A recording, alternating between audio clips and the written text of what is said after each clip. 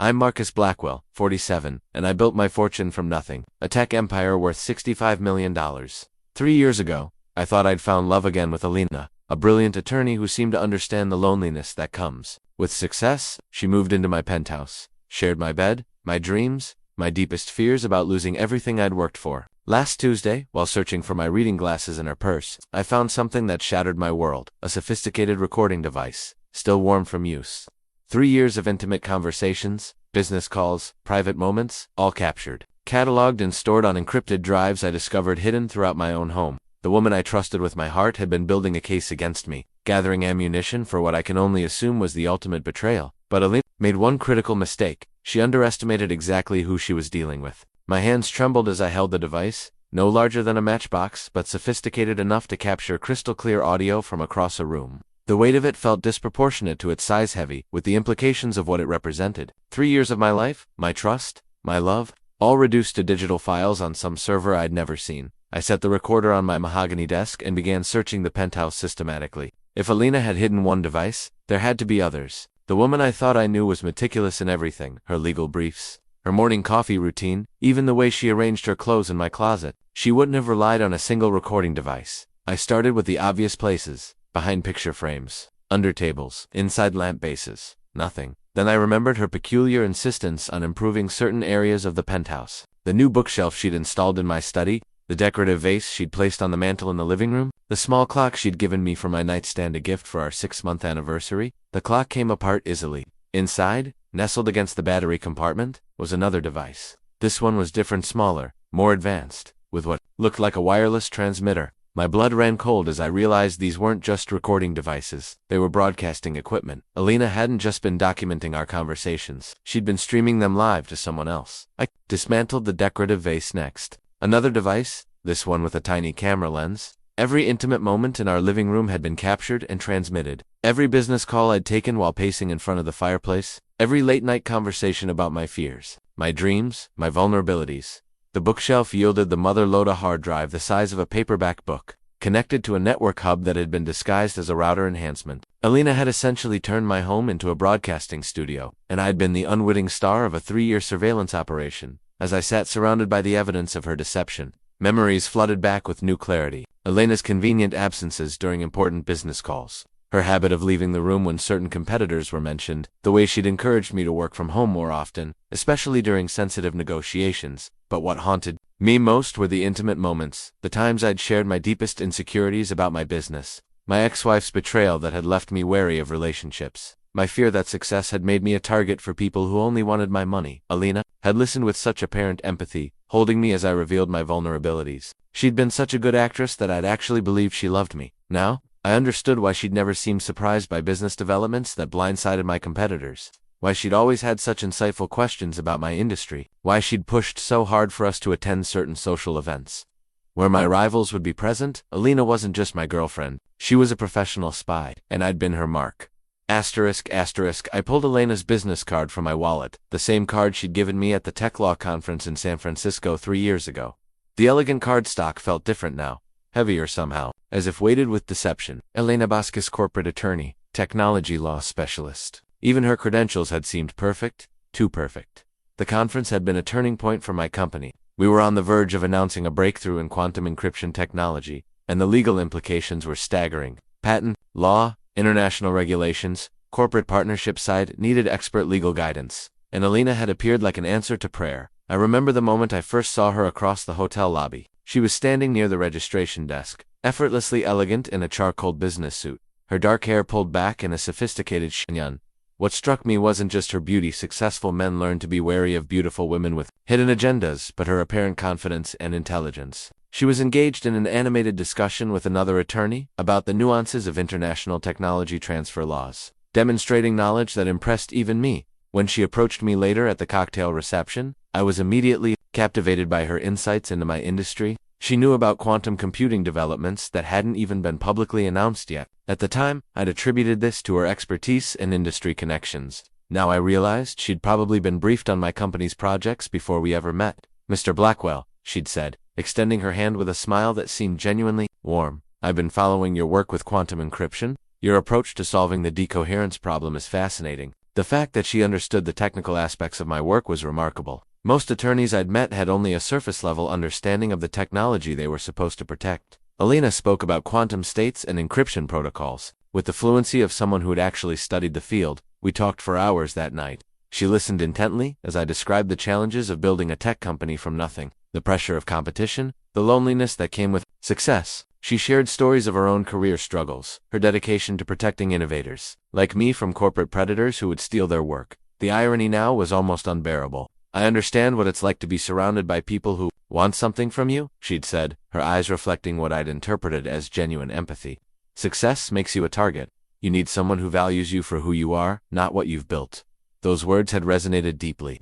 My divorce, 2 years earlier, had left me cynical about relationships. My ex-wife had walked away with half my assets and a bitter accusation that I'd loved my company more than I'd loved her. Maybe she'd been right, but Elena seemed different. She appeared to understand both my passion for innovation and my need for companionship. Looking back, I could identify the subtle ways she'd manipulated our early conversations. She'd asked probing questions about my business rivals, framed as legal curiosity. She'd expressed interest in my company's future plans, positioning herself as someone who could provide strategic legal guidance. She'd even suggested ways I could protect my intellectual property from corporate espionage, advice that now seemed like a criminal case in her target. But in those early months, I'd been grateful for her interest. After years of relationships that felt transactional, Elena had seemed like a woman who could match my intellectual ambitions while providing the emotional support I'd been missing. She'd played her role perfectly, right down to initially declining my invitation for a private dinner. I don't usually mix business with pleasure, she'd said, which had only made me more determined to pursue her. When she finally agreed to see me outside of professional contexts, it had felt like a victory rather than the carefully orchestrated manipulation it actually was. The business card in my hand was evidence of how thoroughly I'd been deceived. Elena hadn't just stumbled into my life, she'd planned our meeting with the precision of a military operation. The penthouse key still sat on my dresser where Elena had left it that morning, gleaming gold against the dark wood. Such a small object to represent such complete trust. I'd had it made specially for her after 6 months of dating. Not just any key, but one crafted by the same jeweler who'd designed my company's executive gifts. Engraved on one side were her initials, on the other, the date I'd given it to her. I'd thought it was romantic. Now I realized I'd been handing over the keys to my own destruction. Moving Elena into the penthouse had been my idea, though she'd orchestrated the suggestion with surgical precision. We'd been spending most nights together anyway, and my place was more secure, more private, perfect for intimate conversations about business strategies, merger possibilities, and competitive intelligence. Perfect for a woman whose job was gathering exactly that kind of information. I remembered the night I'd officially asked her to move in. We'd been lying in bed after making love, her head on my chest, her fingers tracing lazy patterns across my skin. The vulnerability of the moment had made me want to open my heart completely. Elena, I'd whispered into the darkness, I want you to know that you're safe with me. This isn't just physical. I'm falling in love with you. Her response had been perfect, surprise but pleased, emotional but not overly dramatic. Marcus, I've been hoping you'd say that. I love you too. More than I expected to, more than I planned to. Even her confession of love had been calculated, more than she'd planned to, as if loving me was an occupational hazard she'd had to overcome. She'd moved in gradually, which I'd found endearing at the time. First a few clothes, then some books, then her coffee machine because she was particular about her morning routine. Each addition had felt like a deeper commitment, a sign that she was building a life with me rather than just occupying space in mine. The coffee machine. I walked to the kitchen and examined it now with new eyes. It was a high-end Italian model that seemed unnecessarily complex for someone who drank simple black coffee. The digital display, the multiple buttons, the small antenna-like protrusion, I'd assumed was for the steam wand. Another recording device, almost certainly. Elena had insisted on making my coffee every morning. Let me take care of you, she'd say, kissing my forehead as she prepared my breakfast. I'd thought it was affection. She'd probably been drugging me, nothing dramatic, just something to make me more talkative, more trusting during our morning conversations, when I was most likely to discuss the day's business plans. The bedroom had been her ultimate surveillance station. She'd suggested we replace my old nightstands with matching antique pieces she'd found at an estate sale. They'll look perfect with your headboard, she'd said, and she'd been right. The craftsmanship was exquisite, and they'd given the room a more sophisticated feel. Now I wondered if she'd had them custom-made with built-in recording equipment. Every intimate conversation, every pillow talk, confession, every moment when I'd let my guard down completely, all of it captured and transmitted to whoever was paying for the information. But it wasn't just the surveillance that made me feel violated, it was the memories she'd corrupted. The night I'd told her about my father's death and how it had motivated me to build something lasting. The morning I'd shared my fears about corporate espionage and industrial theft, never imagining I was speaking to the very threat I was trying to protect against. The evening, I'd described my vision for expanding into Asian markets, providing her with intelligence worth millions to my competitors. She'd been such a good listener, asking thoughtful follow-up questions, offering insights that had seemed genuinely helpful. Her legal background had made her questions seem natural, professional curiosity rather than systematic intelligence gathering. "You're so ambitious," she'd said one night, curled against me as I outlined my 5-year expansion plan, "but you're also careful. That's what I love about you, you think 3 steps ahead." She'd loved that about me because it made her job easier. My strategic thinking meant I'd volunteer information about future plans, competitive analysis, and potential vulnerabilities. I'd been doing her work for her, packaging my company's secrets into pillow talk confessions. The penthouse key had given her access to more than just my home. It had given her access to my unguarded moments, my private thoughts, my business secrets, and my heart. She'd used all of it against me, and I'd made it easy for her. Looking around the bedroom now, I could see our relationship for what it had really been, a 3-year intelligence operation disguised as a love affair. Every kiss had been a lie, every "I love you" a manipulation, every intimate moment a transaction in which I'd been the only one paying the real price. ****. Elena's laptop was hidden behind a false back in what I'd thought was her jewelry custom compartment so seamlessly integrated that I'd never suspected its existence. The laptop itself was military grade, the kind of equipment government contractors used for classified operations. This wasn't some casual surveillance setup. Elena was running a professional espionage operation from inside my own home. The startup screen required biometric authentication, fingerprint, and retinal scan. But Elena had made one crucial mistake in her 3 years of perfect execution. She'd underestimated my technical expertise. Building a quantum encryption company meant I understood security systems better than most people understood their smartphones. I connected a hardware bypass device I kept in my home office safe, designed for testing our company's own security protocols. The military-grade laptop proved vulnerable to the same quantum-based intrusion methods we'd developed to test client systems. Within 20 minutes, I had access to Elena's files. What I found exceeded my worst fears.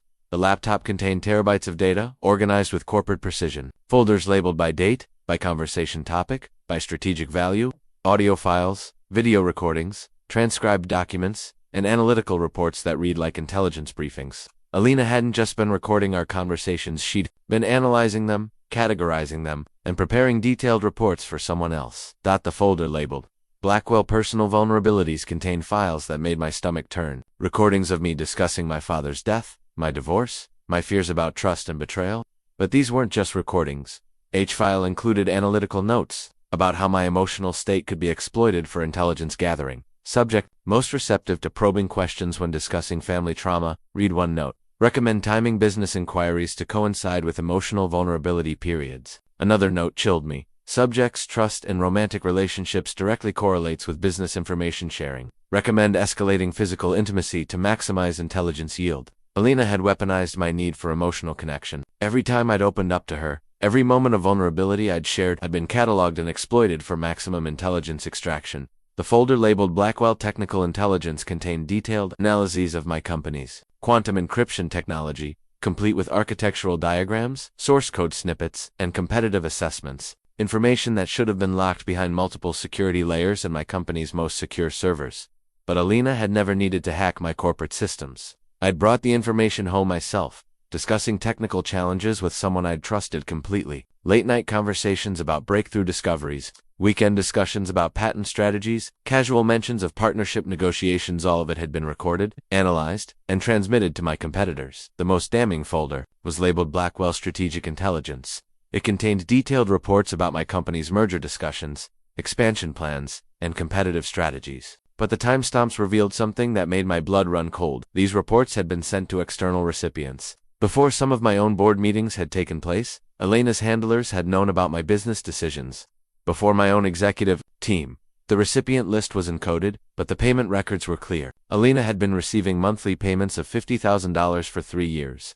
Plus performance bonuses for particularly valuable intelligence. She'd earned nearly $2 million by betraying me, enough to make the elaborate deception financially worthwhile, even beyond whatever ideological or professional motivations she might have had. But the most sophisticated aspect of her operation was the behavioral analysis software running on the laptop. Machine learning algorithms had been analyzing my speech patterns, emotional states, and decision-making processes to optimize Elena's manipulation techniques.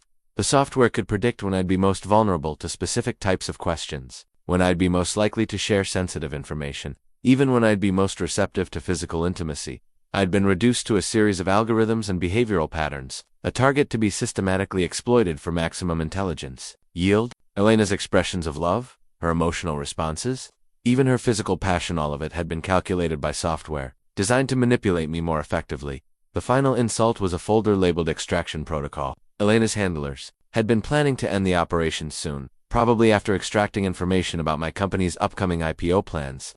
The extraction would have involved a carefully orchestrated breakup designed to avoid suspicion while maximizing the damage to my emotional state. They'd wanted me heartbroken and distracted during the most crucial period in my company's history. But the extraction protocol also included contingency plans for what they called target resistance procedures for dealing with me if I discovered the operation prematurely, blackmail scenarios using compromising recordings, financial manipulation through hidden accounts. Elena had been instructed to establish even personal destruction through carefully orchestrated scandals designed to destroy my reputation and business relationships. Elena hadn't just been stealing my secrets, she'd been preparing to destroy me completely if the situation required it. As I scrolled through months of reports, analyses, and strategic recommendations, I realized that my competitors hadn't just been outmaneuvering me in business, been cheating, using inside information provided by the woman sharing my bed. Every lost contract, every failed negotiation, every strategic setback over the past 3 years could be traced back to Elena's intelligence operation. But Elena had made one fatal error in her otherwise perfect execution. She'd fallen into the classic spy trap of documenting everything. Her meticulous record-keeping, designed to prove her value to her handlers, had created an evidentiary trail that would destroy her completely. Now, I had the proof I needed not just for personal vindication, but for criminal prosecution and civil lawsuits that would dismantle the entire network that had targeted me. Asterisk, the financial records hidden in Elena's encrypted files revealed a money trail that led directly to my biggest competitor, Nexus Technologies, the company that had been mysteriously outbidding me on contracts for the past 2 years. The payments to Elena came through a shell corporation called Strategic Consulting Services, but the ultimate source was clear from the blockchain transaction records Elena had been careless enough to preserve. Nexus Technologies had been paying Elena nearly $2 million over 3 years to spy on me. More than that, they'd been using the intelligence she provided to systematically undermine my business operations. Every major contract I'd lost, every partnership that had fallen through, every strategic initiative that had mysteriously failed, all of it could be traced back to information Elena had stolen from my most private conversations.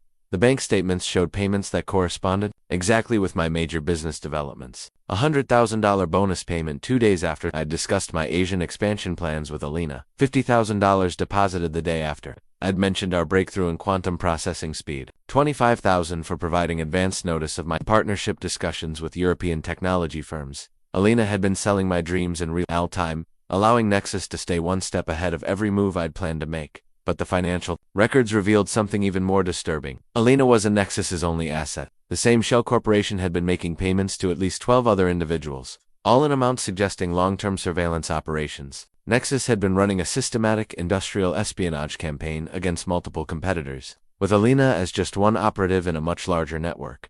I cross-referenced the payment dates with my business calendar, and the correlation was perfect. Every time I'd had a significant conversation with Elena about business strategy, money had changed hands within 48 hours. She'd been reporting our conversations with the efficiency of a court stenographer, turning my trust into her professional success. The sophistication of the operation extended beyond simple surveillance. Elena's reports included detailed psychological profiles of my business partners, competitive analyses of my strategic weaknesses, and recommendations for how Nexus could exploit the intelligence she'd provided.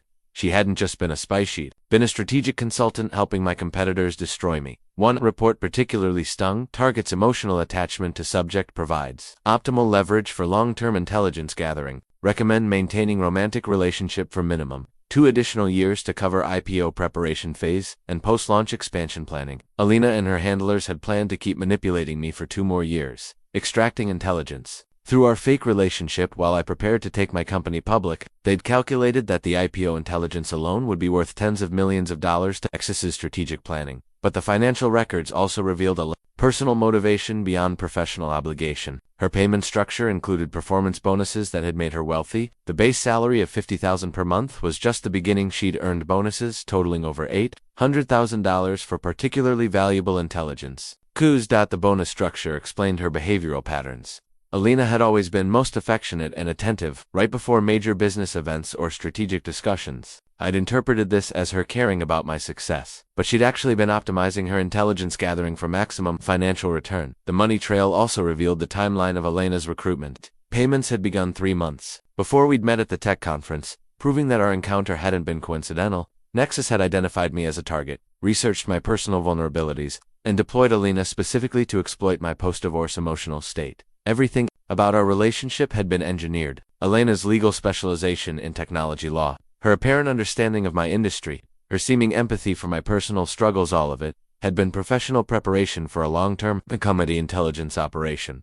The financial records included Elena's operational expenses, revealing the true cost of deceiving me. Nexus had paid for Elena's wardrobe, her luxury apartment before she'd moved in with me, her expensive tastes in wine and art that had seemed so compatible with my own preferences. They'd even paid for the jewelry she'd worn, the perfume she'd used, the books she'd claimed to love. Every detail of her personality had been purchased and constructed to appeal to me specifically. But the most chilling discovery was a budget line item labeled relationship maintenance. Nexus had allocated funds for Elena to maintain the emotional aspects of our relationship gifts. For me, romantic surprises, even couples therapy sessions Elena had suggested when she'd sensed my growing suspicions about her frequent travel. Our entire relationship had been a corporate expense account, and I'd been the target of a 3-year psychological operation funded by my biggest business rival. The financial evidence was ironclad. Elena hadn't just betrayed me personally, she'd committed federal crimes, including corporate espionage, wire fraud, and conspiracy. Nexus Technologies had been conducting systematic industrial espionage, using romantic manipulation as their primary intelligence gathering technique. But beyond the legal implications,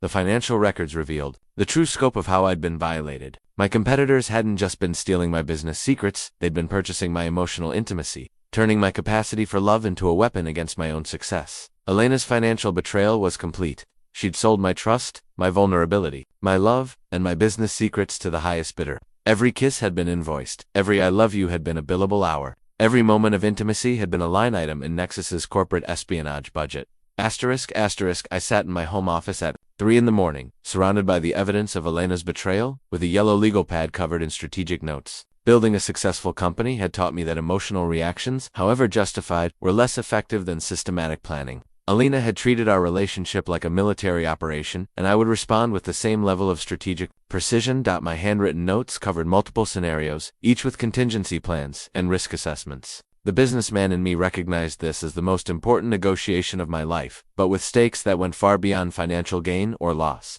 This was about justice, vindication, and preventing Elena from destroying other victims the way she'd tried to destroy me. The first decision was whether to confront Elena directly or involve law enforcement immediately. The evidence I'd gathered was substantial, but I needed her confession to complete the case against Nexus Technologies. A direct confrontation carried risks. Elena was a trained operative who might have escaped protocols or defensive measures I hadn't anticipated, but it also offered the opportunity to record her admissions and potentially flip her against her handlers. I wrote down the confrontation variables: timing, location, recording equipment, backup plans, legal representation, and emotional preparation. Elena was due back from her business trip the following evening, which gave me roughly 18 hours to finalize my strategy and set the stage.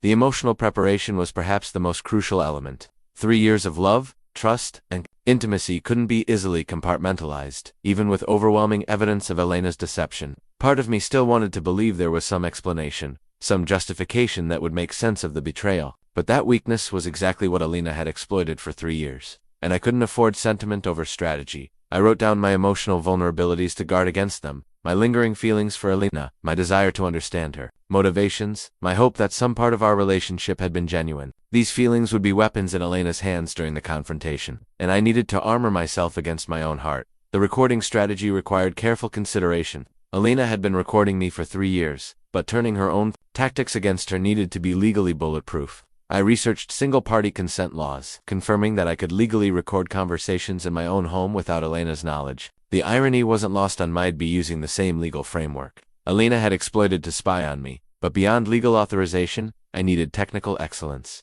Elena's equipment was sophisticated, and her training probably included techniques. I'd need multiple recording devices, hidden in locations she wouldn't think to check, with backup power sources and redundant storage systems.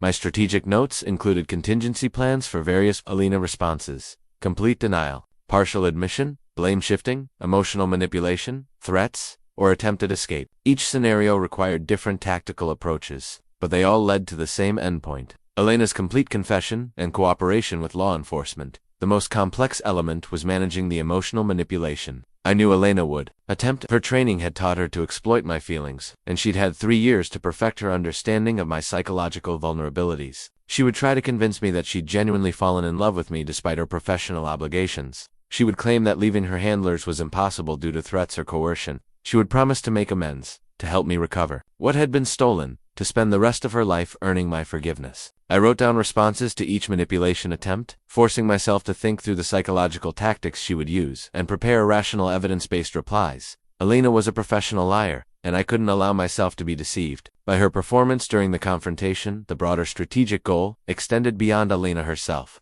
I needed information about Nexus Technologies' entire espionage network, identification of other victims who'd been targeted, details about how the stolen intelligence had been used, and evidence sufficient to pursue both criminal charges and civil lawsuits. Elena was the key to dismantling an entire corporate espionage operation, but my strategic planning also included personal considerations that had nothing to do with business or legal victory. I needed closure, not just justice, but understanding. After 3 years of deception, I deserved to know whether any part of Elena's feelings had been genuine, whether she'd ever experienced guilt or remorse, whether she'd understood the human cost of her professional choices. My handwritten notes ended with a simple statement that crystallized my resolve. Elena chose to make this a war when she decided to weaponize my love against me. I didn't start this fight, but I'm going to finish it. The confrontation would happen on my terms, in my space, with my preparation and my evidence. Elena had spent 3 years playing me like a chess game, always thinking several moves ahead. But she'd made one crucial error: she'd taught me her methods by using them against me. Now it was my turn to be the one thinking 3 steps ahead.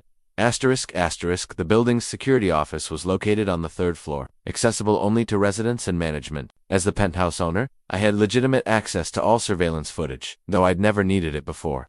The security manager, Rodriguez, was a former police detective who understood discretion and the value of thorough documentation. "Mr. Blackwell, what time frame are you looking for?" Rodriguez asked as he pulled up the digital archive system. "The past 6 months," I replied. "Focus on entries and exits from my guest, Elena Bus. Also any visitors she might have had when I wasn't present." What we discovered over the next 4 hours fundamentally changed my understanding of Elena's operation. The security footage revealed a pattern of behavior that had been invisible to me during the relationship, but was obvious once viewed systematically.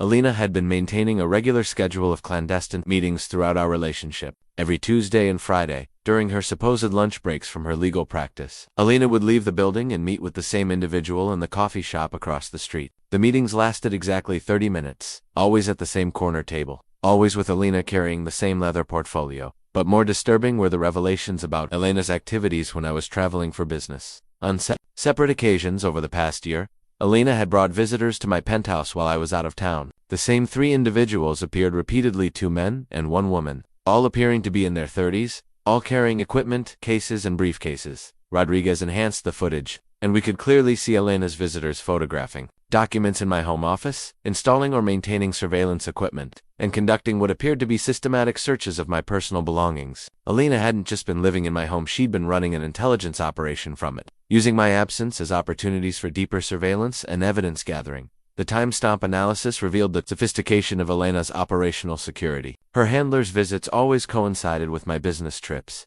never overlapping with periods when I might return unexpectedly. Elena had been sharing my travel schedule with her team, ensuring they could work in my home without risk of discovery. But the most chilling discovery was footage from 3 weeks earlier, when I'd returned from a business trip a day early due to flight changes. The security cameras showed Elena receiving a phone call at 2:47 a.m., then immediately packing a suitcase and leaving the building. She'd returned 6 hours later, just 30 minutes before my arrival, having somehow learned about my schedule change and warned her handlers to abort whatever operation they'd been conducting in my home that night. Rodriguez and I documented everything: names of Elena's contacts, license plate numbers from their vehicles, timestamps of all suspicious activities, and detailed descriptions of the equipment they'd brought into my home. The security footage provided evidence not just of an individual betrayal, but of a coordinated intelligence operation involving multiple professionals. The visitor logs revealed another layer of Elena's deception. She'd registered her handlers as clients requiring privacy for sensitive legal consultations. The building's staff had been instructed to treat these visits as confidential attorney-client meetings, providing Elena with the perfect cover story For regular intelligence briefings in my own home, we cross-referenced the surveillance footage with Elena's reported travel schedule, revealing systematic deception. Elena claimed to travel frequently for legal conferences and client meetings, but the security footage showed her often remaining in the city while telling me she was out of town. These phantom trips had provided cover for intensive intelligence operations, allowing her to work full-time on surveillance and analysis while maintaining the illusion of a busy legal practice. The technical analysis of the security footage revealed Elena's professional training. She consistently avoided direct eye contact with cameras, positioned herself to minimize facial recognition, and moved through the building with awareness of surveillance angles that indicated counterintelligence. Education. Elena wasn't just a corporate lawyer who'd been recruited for espionage. She was a trained intelligence operative, but perhaps the most personally devastating discovery was footage from our anniversary dinner 3 months earlier, while I'd been celebrating our relationship milestone. Elena had been photographing sensitive documents on my phone while I was in the restaurant bathroom. The security cameras in the restaurant lobby showed her quickly accessing my device, photographing screen contents, and returning the phone to my jacket pocket before I returned. Even our most romantic moments had been opportunities for intelligence gathering. The counterintelligence operation also revealed Elena's contingency planning. The footage showed her testing escape routes from the building, timing elevator access during different periods, and familiarizing herself with building security protocols. Elena had been preparing for the possibility of exposure, planning her extraction from my life with the same precision she'd used to infiltrate it. Rodriguez helped me create a comprehensive dossier on Elena's surveillance network. Facial recognition software identified her handlers through cross-referencing with law enforcement databases, revealing that 2 of them had previous arrests for corporate espionage and fraud. Elena hadn't just been working with business competitors, she'd been part of a professional criminal organization. The security footage provided the missing piece of the puzzle. Elena's betrayal wasn't a personal weakness or moral failing. It was professional criminal activity conducted by a trained operative working within an organized espionage network. Armed with video evidence of the criminal conspiracy, I now had everything I needed to destroy Elena's operation completely. But more importantly, I had proof that would protect other potential victims from the same systematic deception that had nearly destroyed my life and business. The counterintelligence gathering was complete. Now it was time for the confrontation.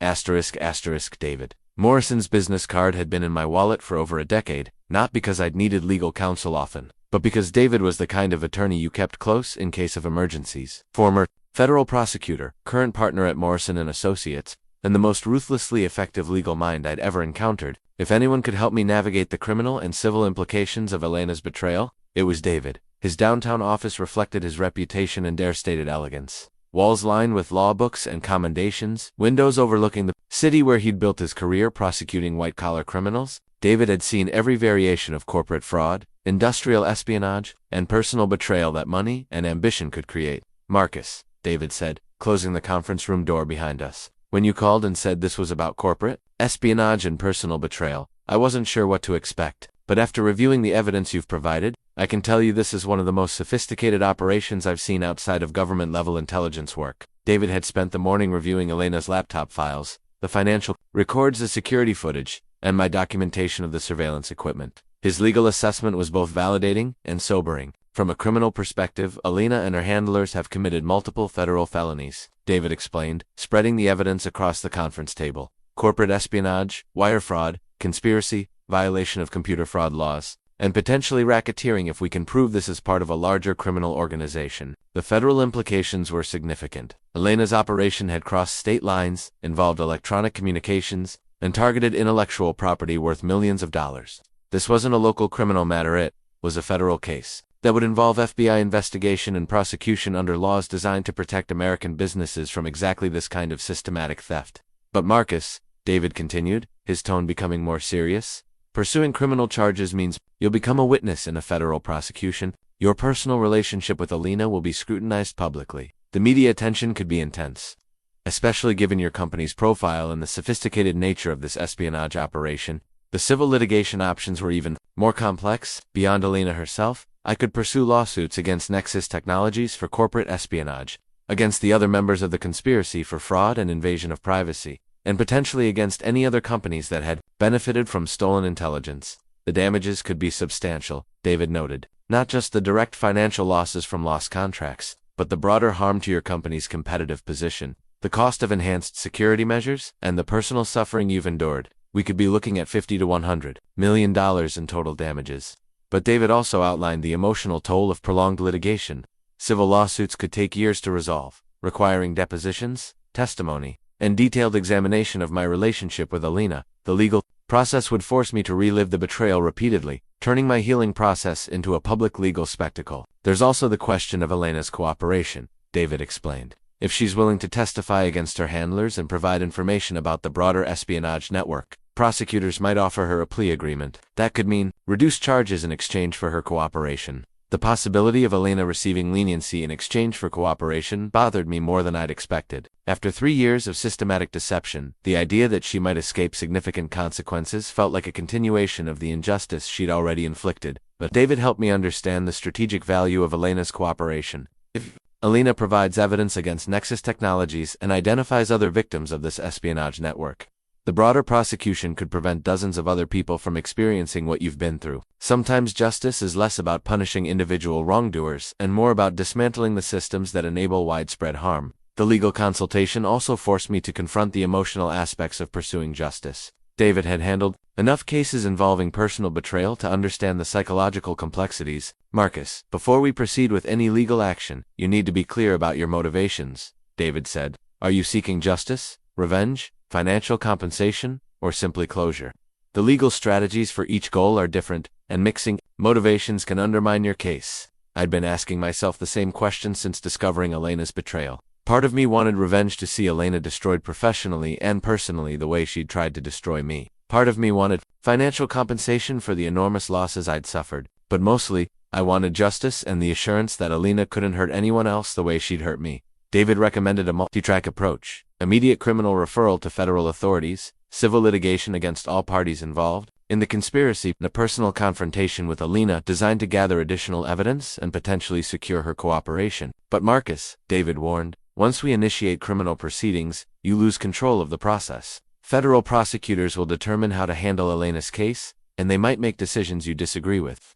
Are you prepared for that loss of control? The question forced me to examine my need for personal vindication versus broader justice. Elena had violated me personally, but she'd also committed crimes against society and potentially harmed other victims. My personal desire for revenge needed to be balanced against the greater good of stopping a criminal organization. David's final advice was both practical and profound. The best revenge against someone who's betrayed your trust isn't necessarily destroying them personally. It's ensuring they can never do to anyone else what they did to you. Sometimes justice is less about punishment and more about protection. As I left David's office with a clear legal strategy and timeline, I felt the weight of responsibility beyond my personal grievances. Elena's prosecution could protect future victims and dismantle a criminal network that threatened the entire technology industry. But first, I needed Elena's confession. And that meant confronting the woman who'd spent 3 years systematically destroying my ability to trust anyone completely. ***. David's investigator had worked quickly, and the results arrived in a manila envelope that felt heavy with other people's pain. Inside was a handwritten testimony from James Patterson, a biotech executive from Seattle, whose story read like a mirror image of my own experience. I met Sofia Martinez at a medical technology conference in 2019. Patterson's statement began. She was a patent attorney specializing in biotech, beautiful, intelligent, and seemed to understand the pressures of running a cutting-edge research company. We dated for 2 years before I discovered she'd been recording our conversations and passing proprietary information to my competitors. The similarities were chilling. Sofia Martinez had used the same playbook Elena had used against me: professional credibility in a relevant field, apparent understanding of the target's industry, emotional manipulation through romantic intimacy, and systematic intelligence gathering disguised as personal interest. But Patterson's case revealed the true scope of the network's operations. Sofia had been paid by 3 different competing companies simultaneously, selling the same intelligence to multiple buyers and maximizing the financial damage to Patterson's business. When Patterson had finally discovered the deception, had disappeared completely, leaving behind only surveillance equipment and encrypted files that led nowhere. The personal betrayal was devastating. Patterson's testimony continued, but the business impact nearly destroyed my company. We lost 4 major contracts to competitors who somehow knew our exact bid amounts and strategic plans. It took 2 years to recover financially, and I've never fully recovered emotionally from the violation of trust. David's investigator had identified 6 other victims across the past 5 years, all successful technology executives, all targeted by attractive women with professional credentials in relevant fields, all subjected to romantic manipulation. For corporate intelligence gathering, the pattern was so consistent it read like a training manual for industrial espionage through romantic deception. The network's victim selection process was sophisticated. They targeted recently divorced or emotionally vulnerable executives with significant intellectual property, companies in competitive industries where intelligence had high market value, and individuals with personal wealth that made them attractive for both romantic manipulation and potential blackmail. Elena wasn't just a criminal. She was part of a systematic operation that had perfected the weaponization of human emotion for corporate gain. But Patterson's case also revealed the network's response to exposure. When Patterson had confronted Sophia with evidence of her deception, she'd activated what appeared to be a standard damage control protocol. Sophia had initially denied everything, then claimed she'd been coerced by threats against her family, then offered to help Patterson recover from the damage she'd caused. When those tactics failed, Sophia had escalated to threats and attempted blackmail using compromising recordings and photographs from their relationship. When Patterson had refused to be intimidated, Sophia had simply vanished, leaving him with no legal recourse and no closure. The investigators' report included psychological profiles of the operatives, all of whom shared certain characteristics: advanced education, professional training in law or business, exceptional social skills, and apparent willingness to sustain long-term deceptive relationships for financial gain. These weren't desperate criminals, they were educated professionals who had chosen to monetize romantic manipulation. Elena's background check revealed details that explained her effectiveness. She'd graduated from Harvard Law School, worked briefly for a white-shoe corporate law firm, then transitioned to independent consulting that apparently meant professional espionage. Her law degree was real, her legal knowledge was genuine, and her understanding of corporate structures was sophisticated, enough to make her valuable to clients seeking competitive intelligence. But the most disturbing revelation was the network's expansion. The investigator had traced connections between Elena's handlers and similar operations in Los Angeles, Chicago, and New York. This wasn't a regional criminal organization. It was a national network of romantic manipulation schemes, targeting successful executives across multiple industries. The financial analysis revealed the true scale of the operation. Conservative estimates suggested the network had stolen intellectual property worth over $200 million across 5 years, with individual operatives earning between $1 and $3 million per successful long-term assignment. Elena had been well compensated for destroying my trust and stealing my business secrets. But she was also part of a much larger criminal enterprise that threatened the entire technology industry's competitive integrity. The investigators' report also included Elena's personal financial records, obtained through legal subpoenas. She owned properties in 3 states, had offshore accounts in 2 countries, and maintained a lifestyle worth approximately $5 million. Elena hadn't just been earning a living through espionage, she'd been building wealth by systematically betraying people who'd trusted her with their hearts and their livelihoods. But perhaps the most valuable information in the investigators' report was intelligence about the network's current operations. Elena was scheduled to attend a business conference in 2 weeks. That was actually a coordination meeting for the entire espionage network. Federal authorities could potentially capture multiple operatives and handlers simultaneously if they moved quickly enough. Reading about the other victims had crystallized my resolve. Elena hadn't just betrayed me, she'd dedicated her career to destroying people through the most intimate possible violation of trust. She'd weaponized love itself, turning human emotion into a tool for corporate warfare. James Patterson's testimony ended with a plea that resonated deeply. If you have the chance to stop these people, please take it. Not just for your own justice, but for all the future victims who don't know they're being targeted. Don't let them do to anyone else what they did to us. Elena's pattern was clear. Her network was identified, and her crimes were documented. Now it was time to end her career of romantic destruction permanently. Asterisk, asterisk, the recording device was barely larger than a button. Military-grade equipment that David's investigator had acquired through law enforcement channels. Unlike Elena's sophisticated surveillance network, my recording setup was designed for a single purpose: capturing her confession with courtroom-quality audio that would survive legal challenges. I'd spent the morning preparing the penthouse like a stage set, placing multiple backup recording devices in locations Elena would never think to check. The irony wasn't lost on me. Was using her own tactics against her, turning my home into a surveillance operation designed to catch the professional spy who'd been living there for 3 years. But the technical preparation was easier than the psychological preparation. In 6 hours, Elena would return from her supposed business trip, and I would confront her with evidence of her 3-year deception. The conversation would determine whether she would cooperate with authorities or face the full force of federal prosecution without any hope of leniency. I'd rehearsed the confrontation multiple times, planning my approach with the same strategic thinking I'd applied to business negotiations. The goal wasn't revenge or emotional satisfaction. It was gathering admissible evidence and potentially flipping Elena against her handlers to protect future victims. The recording strategy had to be legally bulletproof. David had confirmed that single-party consent laws allowed me to record conversations, in my own home without Elena's knowledge, but the evidence needed to be clear, unambiguous, and voluntarily provided. I couldn't threaten or coerce Elena. Confession had to emerge from her own choices during our conversation. My emotional preparation required compartmentalizing 3 years of love, trust, and intimacy. The woman I'd thought I knew didn't exist. Elena Vasquez. The loving girlfriend had been a constructed identity designed to manipulate me. The real Elena was a professional criminal who'd monetized my emotional vulnerability for corporate gain. But, despite the overwhelming evidence of her deception, part of me still hoped for some explanation that would make sense of the betrayal. Maybe Elena had been coerced, threatened, or manipulated by her handlers. Maybe she'd genuinely fallen in love with me despite her professional obligations. Maybe she'd wanted to confess but hadn't known how to escape the criminal network. She'd become trapped within. These hopes were dangerous because they represented exactly the kind of emotional manipulation Elena had exploited for 3 years. My desire to believe in her goodness, to find some redemption in our relationship, was the same vulnerability that had made me an ideal target for romantic espionage. I wrote down these emotional weaknesses to guard against them during the confrontation. Elena was a trained manipulator who'd had 3 years to perfect her understanding of my psychological vulnerabilities. She would use every tool at her disposal to avoid consequences, including appealing to whatever feelings I might still have for the woman I'd thought she was. The confrontation would begin with simple questions about her trip, giving Elena the opportunity to continue lying before I revealed the extent of my knowledge. Each lie she told would make her eventual confession more damaging and her position more hopeless. I'd planned specific questions designed to elicit admissions. Who was she really working for?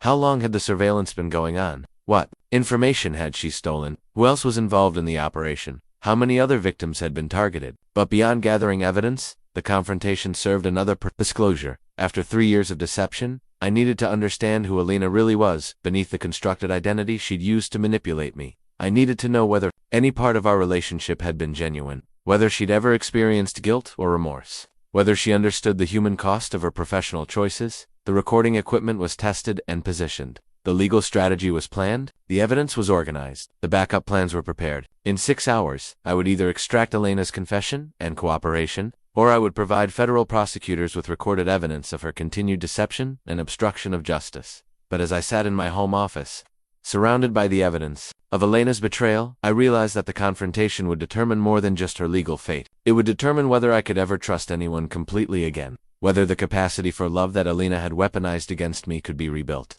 whether the psychological damage she'd inflicted could be healed. Elena had spent 3 years systematically destroying my ability to distinguish between genuine emotion and professional manipulation. The confrontation would test whether I could reclaim that discernment, whether I could separate the woman I'd loved from the criminal who'd betrayed me. The stakes weren't just legal or financial. They were deeply personal, involving my ability to recover from the most intimate violation of trust I'd ever experienced. Elena had turned my home into a surveillance operation, my love into a weapon against my own success, and my vulnerability into a profitable corporate asset. But in preparing to confront her, I'd learned to turn investigation into justice, evidence into power, and betrayal into the tools of my own vindication. Elena had taught me her methods by using them against me, and now I would use those same methods to ensure she could never hurt anyone else the way she'd hurt me. The setup was complete. In 6 hours, Elena would face the consequences of choosing to make our love a lie. Elena's key turned in the lock at exactly 7:43 p.m. The same time she'd texted she would arrive. Even her punctuality had been calculated a detail designed to demonstrate reliability and consideration,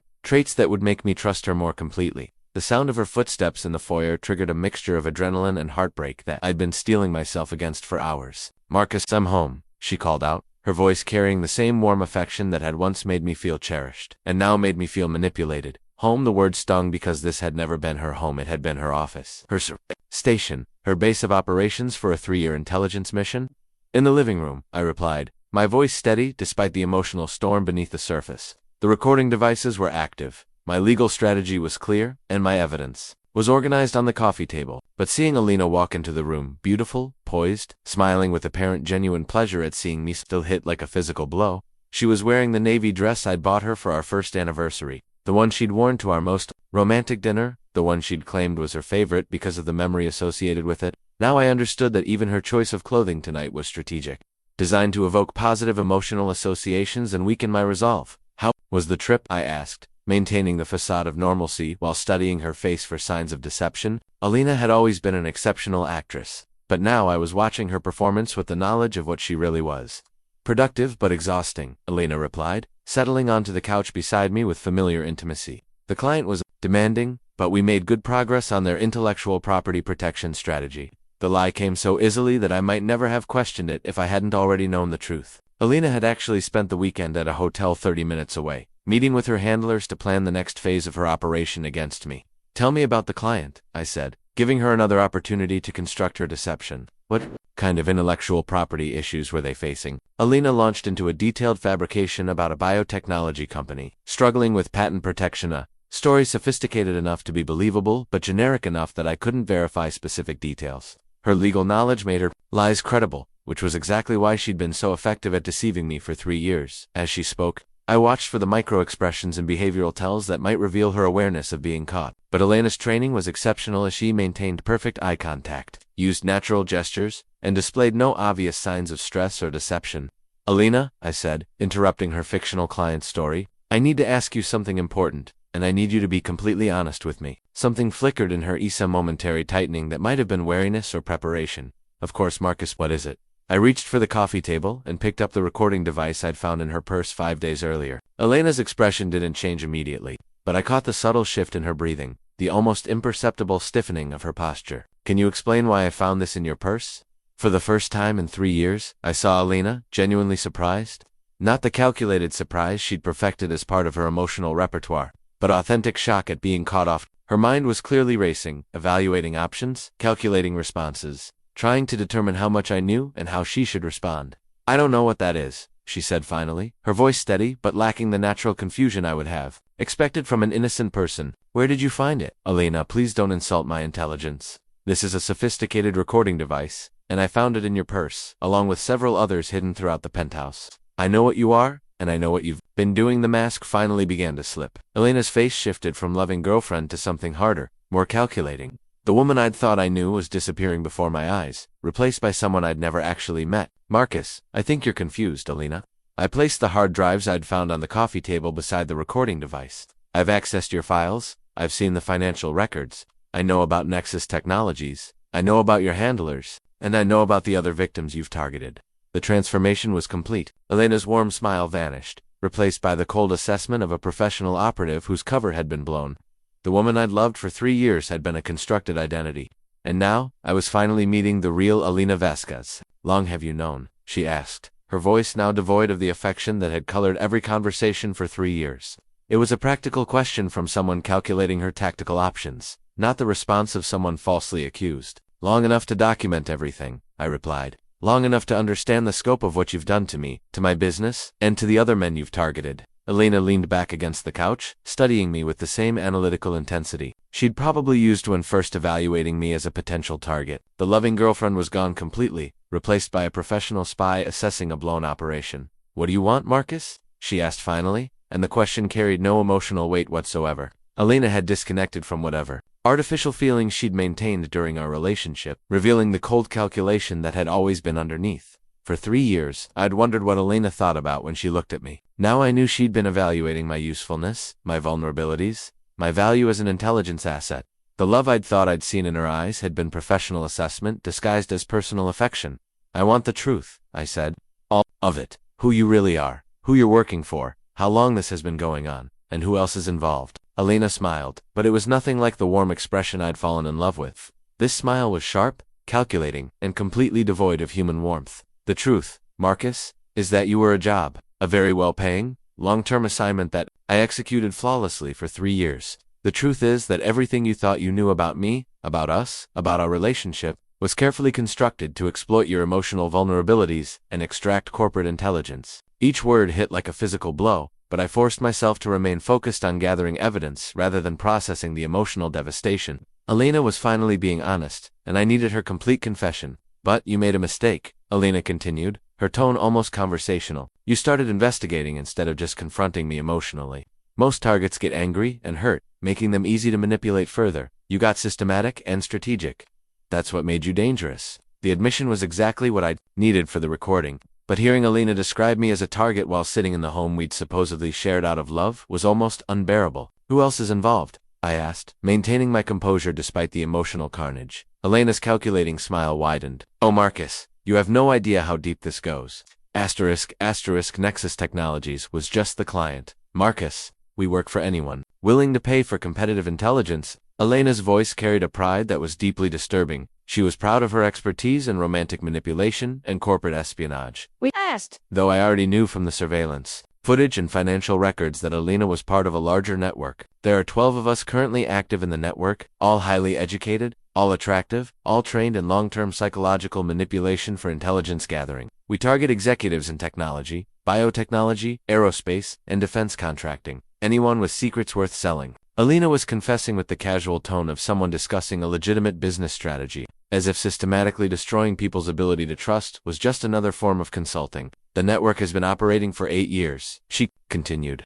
We've gathered intelligence worth approximately $300 million across dozens of operations. You were just one assignment among many, though I'll admit you were one of the more challenging targets.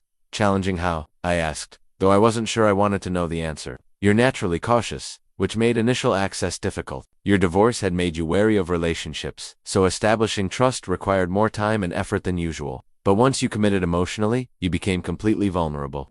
The paradox of careful people is that when they finally trust someone, they trust completely. Elena was analyzing my psychology with clinical detachment, describing how she'd exploited my emotional makeup for professional gain. It was like listening to a surgeon describe how they'd systematically damaged someone's organs while keeping them alive. The other challenging aspect was your technical sophistication, Elena admitted. Most of our targets are business executives with limited understanding of surveillance technology. You understood encryption, network security, and counterintelligence, which meant our technical operations had to be much more sophisticated. I realized Elena was inadvertently providing valuable intelligence about her networks, methods, and limitations. Her confession was giving me information that could help other potential victims protect themselves. How did you maintain the deception for 3 years? I asked, genuinely curious about the psychological toll of sustained manipulation. Elena's expression shifted slightly, and for a moment I caught a glimpse of something that might have been genuine emotion. That's the part they don't prepare you for in training. Maintaining artificial emotional intimacy for years requires a kind of psychological compartmentalization that can become damaging how you start to forget which emotions are performance and which are real. There were times when I almost convinced myself that my feelings for you were genuine, which made the job more difficult because authentic emotion interferes with strategic manipulation. The admission hit harder than I'd expected. Some part of Elena had apparently struggled with the deception, which made the betrayal somehow worse rather than better. But then I'd remember the money, the professional recognition, and the intellectual challenge of the operation, Elena continued, her voice hardening again. Corporate espionage through romantic manipulation is the most sophisticated form of intelligence gathering. We're not just stealing information, we're stealing trust, love, and emotional vulnerability. Elena was describing her work with the same professional pride that a legitimate consultant might discuss a successful project. She'd found meaning and satisfaction in systematically destroying people's capacity for trust. The financial structure is quite elegant, Elena explained, as if offering me a business opportunity. Base salary of $50,000 per month, plus performance bonuses based on intelligence value, plus completion bonuses for successful multi-year operations. I've earned over $3 million in 8 years, all while traveling the world and living in luxury. The casual mention of her earnings while describing the destruction of multiple lives was deeply disturbing. Elena had quantified human heartbreak as a profitable career path. Who are your handlers? I asked, though I suspected Elena might not provide that information as readily as she'd been sharing other details. Marcus, surely you understand that I can't reveal operational details that would compromise active operations or endanger other members of the network. Elena's refusal was expected, but it confirmed that she was still thinking strategically rather than cooperatively. She was confessing to her crimes against me while protecting her criminal associates. Elena, you need to understand your situation, I said, reaching for the legal documents David had prepared. I have evidence of federal crimes, including corporate espionage, wire fraud, and conspiracy. The FBI will be involved, and you're facing decades in federal prison. Elena examined the legal documents without apparent concern. Marcus, you're assuming that evidence gathered through illegal surveillance is admissible in court. You hacked my laptop, accessed encrypted files without authorization, and conducted surveillance in my private spaces. Any competent attorney will have this evidence excluded. Elena's legal training was still serving her well. She understood the complexities of using illegally obtained evidence, which suggested she'd been prepared for the possibility of exposure and legal consequences. But, Elena, I said, activating the recording device visibly on the coffee table, everything you've told me tonight has been voluntarily provided in my own home, with single-party consent laws protecting the recording. Your confession is completely admissible. For the first time since her mask had dropped, Elena looked genuinely concerned. She'd been so focused on the technical evidence that she'd overlooked the trap of her own voluntary admissions. "You've been recording this conversation," she said, and it wasn't a question. "Every word," I confirmed. "Your confession to corporate espionage, your admission of the network's existence, your description of targeting other victims, all of it captured with courtroom-quality audio." Elena's calculating expression shifted to something approaching alarm. Professional operatives were trained to avoid voluntary confessions, but Elena's pride in her work had led her to provide detailed admissions that would destroy her legal position. "Marcus, we can work together on this," Elena said, her voice shifting back toward the manipulative warmth she'd used for 3 years. "I can provide information about the network, help you recover damages, even testify against the people who recruited me." Elena was attempting to negotiate, offering cooperation in exchange for leniency, but her offer came to lay tafta. She'd already provided a recorded confession that would be sufficient for prosecution, regardless of her future cooperation. "Elena, the time for cooperation was 3 years ago, when you could have chosen not to betray me. Tonight was about justice, not negotiation." Elena's expression hardened as she realized her situation was hopeless. The professional spy who'd spent 3 years manipulating me had been outmaneuvered by the same strategic thinking she'd exploited for corporate intelligence. "You don't understand what you're dealing with, Marcus," Elena said, her voice carrying an implicit threat. "This network has resources, connections, and methods you can't imagine. Exposing us puts you in more danger than you realize." Elena's threat confirmed what I'd already suspected. The network would retaliate against anyone who threatened their operations. But her warning also revealed her desperation and the value of the intelligence I'd gathered. "Elena, I'm not the isolated victim you thought you were manipulating. I have legal representation, federal investigators, and security measures you're not aware of. Your network chose the wrong target this time." Elena stood from the couch, and for a moment I wondered if she was planning to flee or attempt some form of physical retaliation, but she simply looked around the penthouse with what might have been genuine sadness. "For what it's worth, Marcus, there were moments when it felt real. The manipulation techniques we use can create authentic feelings, even in the operative. I'm sorry it had to end this way." Elena's apology felt like the final manipulation and attempt to leave me with doubt about whether any part of our relationship had been genuine. But I no longer cared about parsing her emotions or motivations. "Elena, you're under citizen's arrest for corporate espionage and fraud. Federal agents are waiting downstairs." Special Agent Sarah Chin's FBI badge carried the weight of federal authority and years of experience investigating corporate espionage cases. She'd been waiting in the building's security office with 2 other agents while I'd conducted the confrontation, monitoring through a discreet communication system David had arranged with federal prosecutors. "Mr. Blackwell, we've been listening to the conversation," Agent Chen said as she entered the penthouse with her team. "Ms. Vasquez, you're under arrest for corporate espionage, wire fraud, conspiracy, and violation of the Computer Fraud and Abuse Act." Elena's demeanor shifted one final time as she faced federal agents. The calculating spy became a professional criminal who understood the legal process and her rights within it. She offered no resistance as Agent Chen recited her Miranda rights, maintaining the composure of someone who'd been prepared for this possibility. "I'll need to speak with my attorney," Elena said calmly, which was exactly what I'd expected. Elena's legal training would serve her well in navigating the federal criminal justice system, though it wouldn't protect her from the overwhelming evidence I'd gathered. Agent Chen's team worked with practiced efficiency, photographing the surveillance equipment I'd discovered, securing Elena's laptop and recording devices, and documenting the crime scene that had been my home for 3 years. The penthouse that had been my sanctuary was now evidence in a federal criminal investigation. "Mr. Blackwell, this is one of the most sophisticated romantic manipulation operations we've encountered," Agent Chen explained as her team processed the evidence. "The technical capabilities, the financial structure, and the multi-year operational timeline suggest we're dealing with a professional organization rather than individual criminals. The federal investigation had been developing for months before my case provided the breakthrough they'd needed. Elena's network had been operating with sophisticated operational security, but my systematic documentation had given the FBI the evidence required for arrests and prosecutions.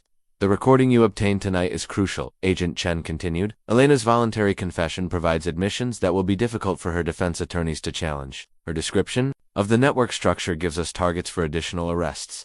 But Agent Chen also outlined the challenges ahead. Elena's arrest would alert other members of the network, potentially causing them to flee or destroy evidence. The FBI needed to move quickly to prevent the entire organization from disappearing before they could be arrested. "We've coordinated with field offices in 6 cities where we believe other operatives are currently active," Agent Chen explained. "Elena's arrest tonight will trigger simultaneous raids designed to capture as much of the network as possible." The scope of the investigation extended beyond the United States. Elena's financial records showed connections to foreign intelligence services and corporate espionage networks operating internationally. My personal betrayal had uncovered a threat to American business competitiveness that involved multiple countries and criminal organizations. Mr. Blackwell, you should understand that Elena's arrest is just the beginning, Agent Chen warned. This investigation will likely take years to complete, and you'll be a key witness in multiple prosecutions.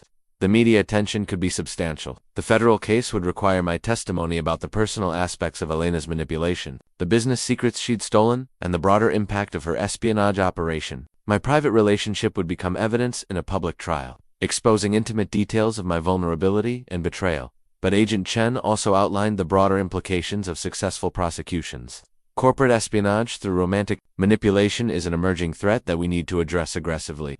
Your case could establish legal precedents that protect other potential victims. As Elena was escorted from the penthouse in handcuffs, she looked back once with an expression I couldn't interpret. It might have been regret, calculation, or simply professional assessment of a failed operation. After 3 years of deception, I no longer trusted my ability to read her emotions accurately. The FBI's investigation quickly expanded beyond Elena's individual case. Her laptop contained contact information for other operatives, financial records linking to multiple corporate clients, and evidence of ongoing operations against dozens of targets. Elena's arrest had given federal authorities access to an entire network of romantic manipulation schemes. Agent Chen's preliminary assessment suggested that Elena's network had stolen intellectual property worth over $500 million across 8 years of operations. The damage to American business competitiveness was substantial, making Elena's prosecution a national security priority rather than just a criminal matter. Mr. Blackwell, Elena's handlers will likely attempt to intimidate you or interfere with your testimony, Agent Chen warned. We'll provide security measures and monitor for any retaliation attempts. The threat of retaliation was real. Elena's network had operated with sophisticated security measures and international connections,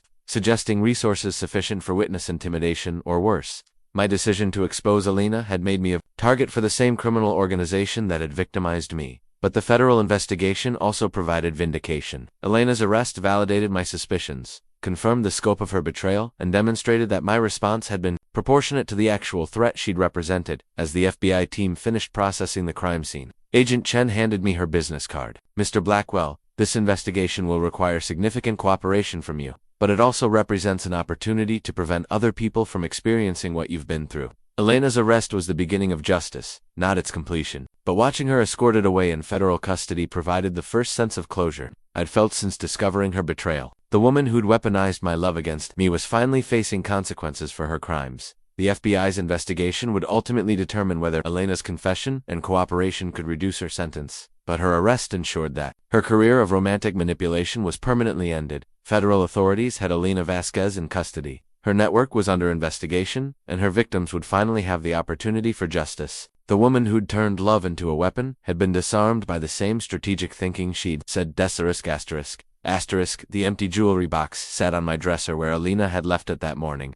but its significance had changed completely. Inside had been the engagement ring I'd planned to give her, a custom-designed piece worth more than most people's cars. Created by the same jeweler who'd made her penthouse key. I'd been planning to propose during our anniversary dinner next month, believing I'd found the woman I wanted to spend the rest of my life with. Now the empty box represented the closest I'd come to complete destruction. If Elena had accepted my proposal, if we'd married, she would have gained legal access to half my assets and business interests.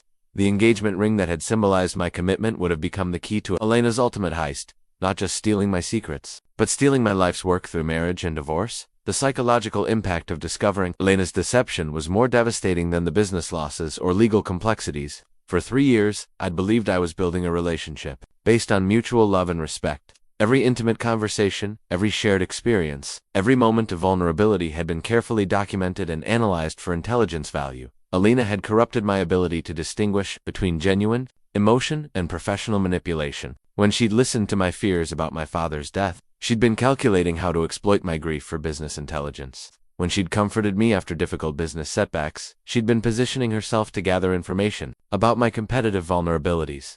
The personal violation extended beyond the surveillance and espionage. Elena had stolen my capacity for trust, turning my emotional openness into a weakness that could be exploited by anyone with sufficient training and motivation.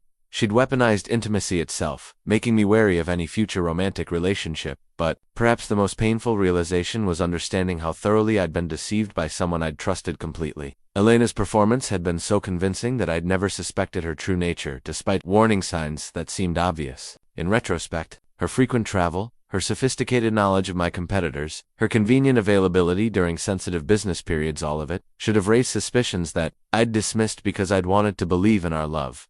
The emotional aftermath required acknowledging that my judgment in relationships had been catastrophically flawed. Elena had exploited my post-divorce vulnerability with surgical precision, offering exactly the emotional support and intellectual compatibility I'd been seeking. She'd studied my psychological profile and constructed a personality designed to appeal to my specific needs and desires. Recovery meant rebuilding my ability to trust my own perceptions about people's motivations and character. Elena's deception had been so sophisticated that distinguishing between genuine affection and professional manipulation would require developing entirely new emotional skills. But the discovery of Elena's true nature also provided unexpected relief. For months, I'd been questioning my business judgment and strategic thinking as competitors had systematically outmaneuvered me in ways that seemed impossible. Learning that Elena had been providing inside information explained my recent failures and validated my professional competence.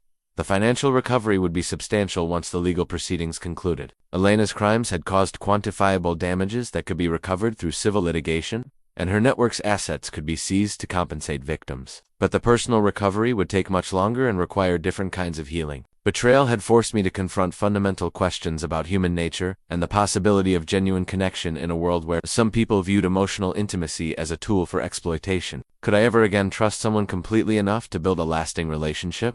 Could I distinguish between authentic love and sophisticated manipulation? The empty jewelry box also represented a form of salvation. Elena's exposure had prevented me from making the ultimate mistake of marrying someone whose love was entirely fabricated. I'd come within weeks of legally binding myself to a woman whose primary interest was destroying me financially and emotionally. But beyond personal recovery, Elena's prosecution would protect other potential victims from the same systematic manipulation I'd experienced. Her network had been targeting successful executives for years, destroying their ability to trust while stealing their business secrets. Elena's confession would help dismantle an entire criminal organization that threatened both personal relationships and corporate competitiveness. The empty jewelry box would remain on my dresser as a reminder of how close I'd come to complete destruction and how systematically evil could disguise itself as love. Elena had taught me that some people were capable of sustaining elaborate deceptions for years, motivated by money rather than human connection. But the empty box also represented the possibility of genuine relationships in the future. Exposure had armed me with knowledge about sophisticated manipulation, techniques that would make me a more discerning judge of character. I'd learned to distinguish between questions motivated by caring and questions motivated by intelligence gathering. The trauma of Elena's betrayal would eventually heal, but the wisdom gained from surviving her deception would provide lifelong protection against similar manipulation. Elena had tried to destroy my ability to trust, but her failure had actually strengthened my capacity for discernment. The empty jewelry box represented both the destruction Elena had intended and the salvation that had come from exposing her true nature before she could complete her mission. I'd been targeted by a professional criminal, but I'd survived her deception and prevented her from destroying anyone else. Recovery would take time, but justice was already in motion. Elena's empty promises of love had been replaced by the solid reality of legal consequences for her crimes. ***, the bankruptcy filing for Nexus Technologies arrived in my email exactly 6 weeks after Elena's arrest, a legal document that represented the complete collapse of the company that had paid millions to steal my business secrets. The irony was profound. Elena's network had been so successful at corporate espionage that their primary client had become dependent on stolen intelligence rather than developing legitimate competitive advantages. Nexus Technologies had built their entire business strategy around information stolen from competitors like me. When the FBI raids shut down Elena's network and exposed the scope of the espionage operation, Nexus lost their primary source of competitive intelligence. Without stolen secrets to guide their decision, they'd made a series of catastrophic business mistakes that destroyed their market position within months. The company that had paid Elena nearly $2 million to spy on me was now worthless, their executives facing federal charges for conspiracy and corporate espionage. The Department of Justice had frozen their assets, seized their intellectual property portfolios, and dismantled their operations as part of the broader prosecution of Elena's criminal network. But Nexus wasn't the only corporate casualty. Laptop had contained evidence of intelligence sales to 17 different companies across multiple industries. The FBI investigation had revealed a systematic corruption of business competition through illegal espionage, with Elena's network selling the same stolen intelligence to multiple clients. Simultaneously, the technology industry was experiencing a reckoning as companies realized their competitive advantages might have been based on illegally obtained information. Several major corporations were facing federal investigations, civil lawsuits from victims, and public relations disasters. that were destroying their reputations and stock valuations. Elena's network had corrupted entire market sectors by systematically stealing intellectual property and strategic intelligence. Companies had made billion-dollar decisions based on stolen information, only to discover their competitive insights were actually criminal evidence that would be used to prosecute them. The Securities and Exchange Commission had opened investigations into whether companies that purchased stolen intelligence had misled investors about the sources of their competitive advantages. If corporations had achieved market success through criminal espionage, their financial reports to shareholders could constitute securities fraud. But the most satisfying corporate consequence was watching my own company's rapid recovery once Elena's sabotage ended. Contracts that had mysteriously gone to competitors were now being reevaluated as potential victims of industrial espionage.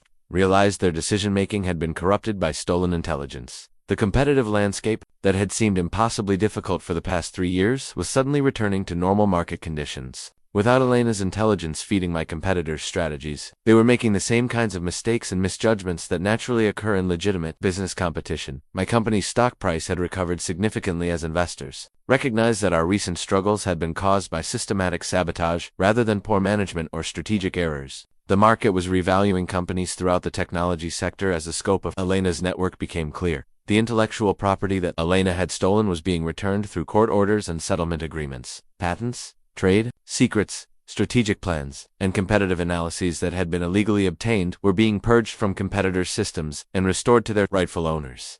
But beyond recovering stolen information, Elena's prosecution was establishing legal precedents that would protect American businesses from similar attacks in the future. The courts were developing new frameworks for prosecuting romantic manipulation schemes and corporate espionage operations that combined personal deception with business crimes. The Department of Justice was using Elena's case to send a clear message to foreign intelligence services and criminal organizations that romantic manipulation of American executives would be prosecuted as aggressively as traditional espionage. Elena's network had crossed lines that triggered national security responses. International cooperation was emerging as other countries recognized similar threats to their own business communities. Elena's network had operated globally, and her prosecution was encouraging allied nations to develop their own legal frameworks for addressing corporate espionage through romantic manipulation. The industry-wide consequences extended beyond immediate prosecutions and asset seizures. Companies were investing heavily in counterintelligence training for executives, background checking for romantic partners, and security protocols designed to prevent personal relationships from becoming vectors for business espionage. Network had demonstrated that traditional corporate security measures were insufficient to protect against sophisticated romantic manipulation schemes. Business leaders were learning to recognize psychological manipulation techniques and implementing personal security measures that extended beyond their professional environments. The corporate world was adapting to defend against threats that combined emotional manipulation with business intelligence gathering. Elena's prosecution was forcing an evolution in how companies protected their intellectual property and strategic advantages from increasingly sophisticated criminal organizations. But perhaps the most important corporate consequence was the restoration of competitive integrity within my industry. Elena's network had been distorting market competition for years, giving unfair advantages to companies willing to purchase stolen intelligence while penalizing businesses that competed legitimately. Elena's prosecution was restoring fair competition. By eliminating systematic cheating that had corrupted entire market sectors, companies would now succeed or fail based on their legitimate innovations and strategic decisions, rather than their access to stolen competitive intelligence. The bankruptcy of Nexus Technologies represented more than the collapse of one company. It symbolized the failure of business strategies based on criminal activity rather than legitimate competitive advantages. Elena's network had promised easy success through stolen intelligence, but delivered only legal liability and corporate destruction. Dr. Rebecca Martinez's business card had been recommended by David's law firm, a trauma therapist who specialized in helping executives recover from sophisticated psychological manipulation and betrayal. Her office in downtown's medical district felt appropriately professional and confidential, a space designed for processing the kinds of violations that successful people rarely discussed publicly. Marcus, what you've experienced isn't typical relationship betrayal, Dr. Martinez explained during our first session. Professional romantic manipulation creates a specific type of psychological trauma that combines intimate betrayal with systematic deception, designed to exploit your deepest vulnerabilities. The therapeutic process required acknowledging that Elena's manipulation had damaged more than just my ability to trust romantic partners. She'd corrupted my confidence in reading people's motivations, interpreting emotional cues, and distinguishing between genuine connection and sophisticated performance. Elena didn't just lie to you about her feelings, Dr. Martinez continued. She weaponized your capacity for love. turning your emotional openness into a tool for exploitation. Recovery means rebuilding your ability to trust your own perceptions about people's character and motivations. The healing process involved examining every aspect of my relationship with Elena to identify manipulation techniques that had been invisible while I was emotionally invested. Elena's training had taught her to exploit specific psychological vulnerabilities that made her deception nearly undetectable to someone experiencing genuine feelings. Dr. Martinez helped me understand how Elena had used intermittent reinforcement to strengthen my emotional attachment, providing just enough genuine-seeming affection to maintain my investment while withholding enough to keep me seeking more validation. The psychological manipulation had been as sophisticated as any interrogation technique. Professional manipulators like Elena understand that the most effective deception combines truth with lies. Dr. Martinez explained, Elena probably did experience some genuine emotions during your relationship, which made her performance more convincing and her betrayal more devastating.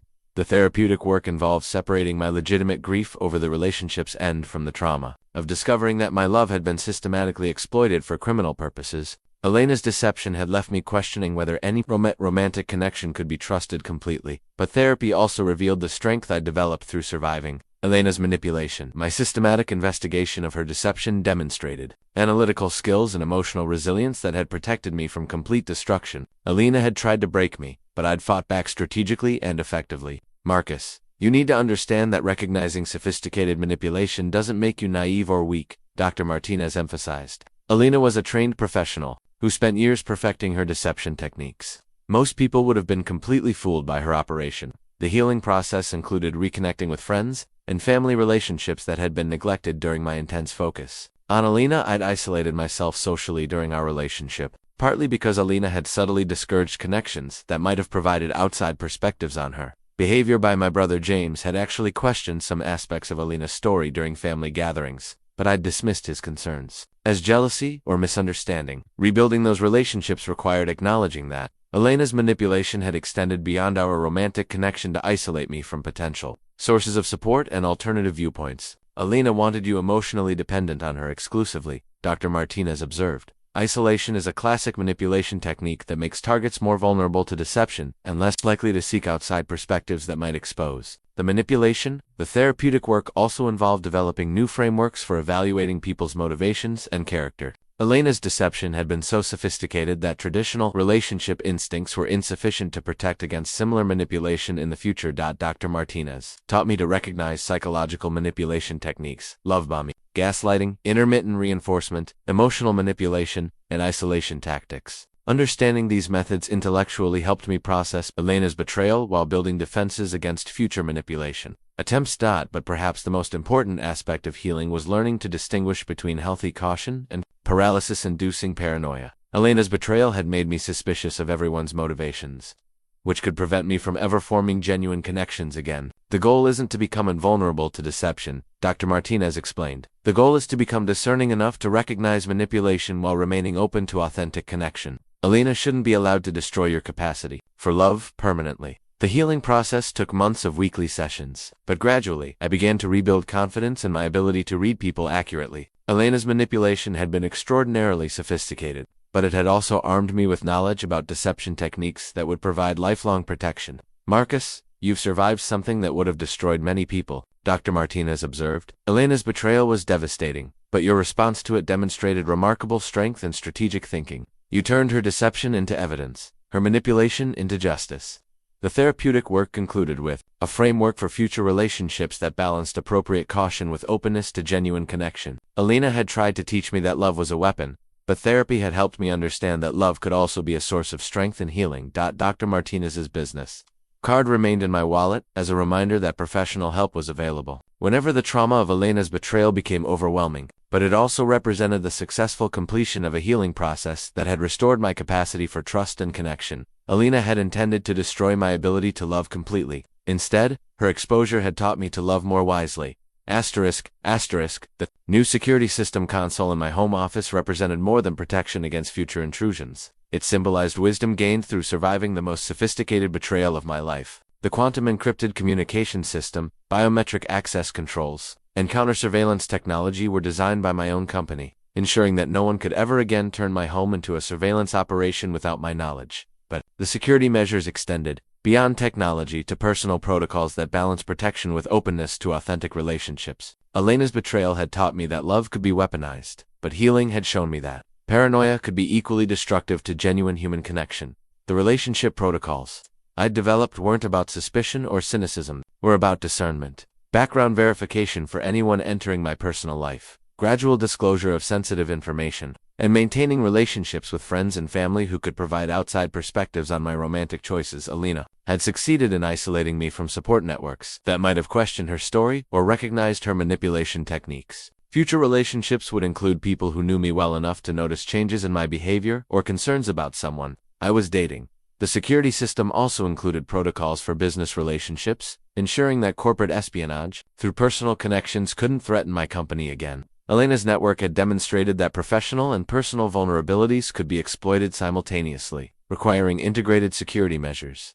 But technology and protocols couldn't address the deeper question of whether I could ever again trust someone completely enough to build a lasting relationship. Elena's 3-year deception had demonstrated that even the most sophisticated manipulation could be sustained indefinitely by someone with sufficient training and motivation. The answer came gradually through interactions with people who had no access to my business secrets and no financial motivation to deceive me. Old friends, family members, and casual acquaintances who valued my company for reasons that had nothing to do with my wealth or success. These relationships reminded me that most people were capable of genuine affection and authentic connection. Elena's criminal behavior was an aberration, not a template for understanding human nature. Professional manipulators existed, but they were rare compared to the millions of people seeking honest emotional connection. The legal proceedings had concluded with Elena receiving a 15-year federal sentence for corporate espionage and conspiracy.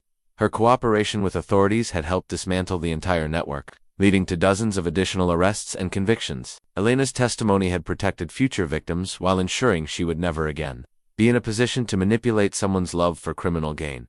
But Elena's sentencing had also provided unexpected closure. During her final court appearance, she'd looked directly at me and mouthed the words, "I'm sorry," an apology that might have been genuine or simply another manipulation, but which allowed me to finally close the emotional chapter of our relationship. The civil litigation had recovered most of the financial damages Elena's espionage had caused, with settlement agreements providing compensation that exceeded my actual losses. Elena's criminal network had accumulated substantial assets through their espionage operations, and victim compensation had been a priority in the asset seizure process, but the most valuable recovery had been the restoration of my company's competitive position and my personal confidence in business relationships. Elena's sabotage had been eliminated, allowing legitimate success to resume based on innovation and strategic thinking rather than criminal intelligence gathering. The industry-wide changes triggered by Elena's prosecution had made corporate espionage through romantic manipulation much more difficult and risky. Executives were now trained to recognize psychological manipulation techniques, and companies had implemented security protocols that protected against personal relationships.